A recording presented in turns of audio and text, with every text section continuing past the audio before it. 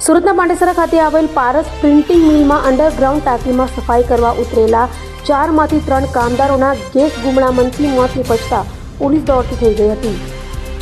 સુરતના પાંડેસરા વિસ્તારમાં આવેલી પારસ પ્રિન્ટિંગ મિલમાં ધૂળેટી પર્વ નિમિત્તે ફેક્ટરીમાં 2 દિવસની રજા હોવાથી તંત્ર દ્વારા ડાઇંગના પાણીની ટાંકી સાફ કરવાનું આયોજન કરવામાં આવ્યું હતું। ગુરુવારે સાંજે 6 થી 8 વાગ્યાના અરસામાં જ્યારે આખી દુનિયા પર્વની ઉજવણીમાં વ્યસ્ત હતી ત્યારે આ શ્રમિકો મિલના ઊંડા ટાંકામાં ઉતરી ગયા હતા। રજાના દિવસે જોખમી રીતે કરાવવામાં આવેલી આ કામગીરી અંતે મોટી દુર્ઘટનામાં પરિણામી હતી। સૌથી પહેલા સોનુકુમાર નામનો શ્રમિક ટાંકીમાં ઉતર્યો હતો। ટાંકીના તળિયે કાદવવાળું ઝેરી પાણી હોવાથી તે અચાનક નીચે દબાઈ ગયો હતો અને ગુમડામણના કારણે બેભાન થઈ ગયો હતો।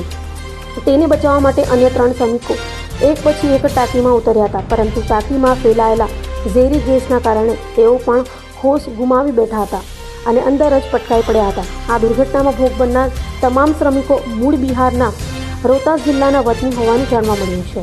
મૃતકોમાં અંકિત કુમાર, સોનુકુમાર પાસવાન અને સંદીપ કુમાર પાસવાનનો સમાવેશ થાય છે। માત્ર 19 થી 22 વર્ષના નાની ઉંમરે કમાવવા આવેલા આ યુવાનોના મોતથી તેમના પરિવાર પર આપ તૂટી પડ્યો છે, જ્યારે અમરેન્દ્ર કુમાર હાલ હોસ્પિટલમાં જિંદગી અને મોત વચ્ચે જંગ લડી રહ્યો છે। ઘટના બાદ તરત જ 4 શ્રમિકોને બહાર કાઢી નજીકની ખાનગી હોસ્પિટલમાં ખસેડવામાં આવ્યા હતા। જો કે હોસ્પિટલ પહોંચતા પહેલા જ 3 શ્રમિકોએ દમ તોડી દીધો હતો। તબીબોના પ્રાથમિક અનુમાન મુજબ ટાંકીની અંદર ઓક્સિજનની કમી અને કેમિકલના કાદવમાંથી નીકળતા ઝેરી ગેસના કારણે શ્રમિકોના શ્વાસ રૂંધાઈ ગયા હતા, જે તેમના મોતનું મુખ્ય કારણ બન્યું છે। ઘટનાની જાણ થતાં જ પાંડેસરા પોલીસનો કાફલો ઘટના સ્થળે દોડી ગયો હતો। પોલીસ તપાસ કરી રહી છે કે ટાંકી સફાઈ દરમિયાન શ્રમિકોને જરૂરી સેફ્ટી કિટ, માસ્ક કે ઓક્સિજન સિલિન્ડર આપવામાં આવ્યા કે નહીં। રજાના દિવસે કોઈપણ સુરક્ષા વ્યવસ્થા વગર શ્રમિકોને ટાંકીમાં ઉતારવા બદલ મિલ માલિક સામે કડક કાર્યવાહીની માંગ ઉઠી છે। હાલ પોલીસે અકસ્માત મોતનો ગુનો નોંધી આગળની તપાસ તેજ કરી છે। मेरा नाम सुजीत है।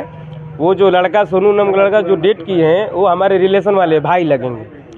तो मेरे पास ये भैया फ़ोन किए थे, जोकन पासवान मेरे पास कॉल किए थे सुबह में 7, 7:30 बजे। बोले कि ऐसा ऐसा घटना हुआ, आप जाओ।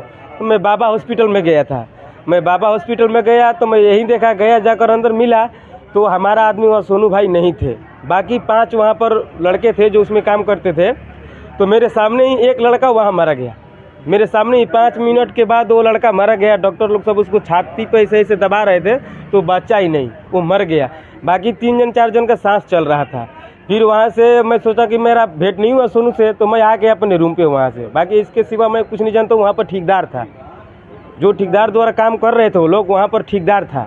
पारस कंपनी में बोल रहे हैं कि पारस कंपनी में वो लोग काम करते थे और ये बिना सेफ्टी का काम करवाना सबसे अपराध है। ये बिना सेफ्टी का कोई कहीं काम नहीं करवाते, कोई भी कंपनी में। ऐसा खतरनाक कंपनी में तो सेफ्टी देना ही देना चाहिए।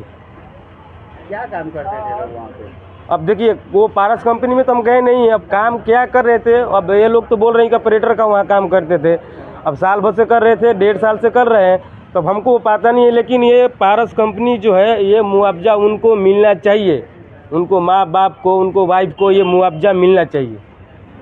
અભય થઈને નિષ્પક્ષતાથી નિરપેક્ષ રીતે વાસ્તવિકતાનો અરીસો રૂપી સચોટ માહિતી લાવતો સત્યની સાથે અભય ટાઈમ્સ।